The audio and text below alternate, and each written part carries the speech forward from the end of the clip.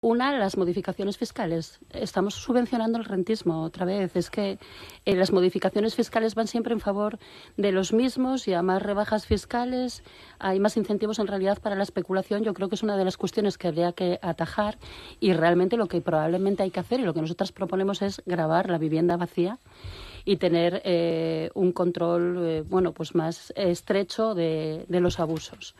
Luego, cuando se habla de fomentar colaboración público-privada, nosotras evidentemente estamos a favor de que sea lo mínimo posible esta colaboración y de que haya una empresa y de que haya señor Lastra, déjeme terminar, y que haya una empresa pública, solvente, capaz de de poner en el mercado un número importante de viviendas. Hay una propuesta también que es la de limitar la compra especulativa de viviendas, una propuesta que a mí me parece muy interesante y que es más, no sé por qué se limita a los extracomunitarios, creo que debería ser para todos y para todas. Los pisos turísticos que se pusieron aquí sobre la mesa también, creo que es imprescindible regular esa interferencia que están haciendo los pisos turísticos en el mercado de la vivienda. Y ya por último, de verdad, señor Centeno, hace mucho que las mujeres nos incorporamos al mercado laboral y por suerte ya son pocas las viudas que dependen de lo que les deje el difunto para seguir viviendo. Pero así y con todo, desde luego no se trata de perjudicar a esas mujeres ni a ninguna persona que tenga un piso en alquiler,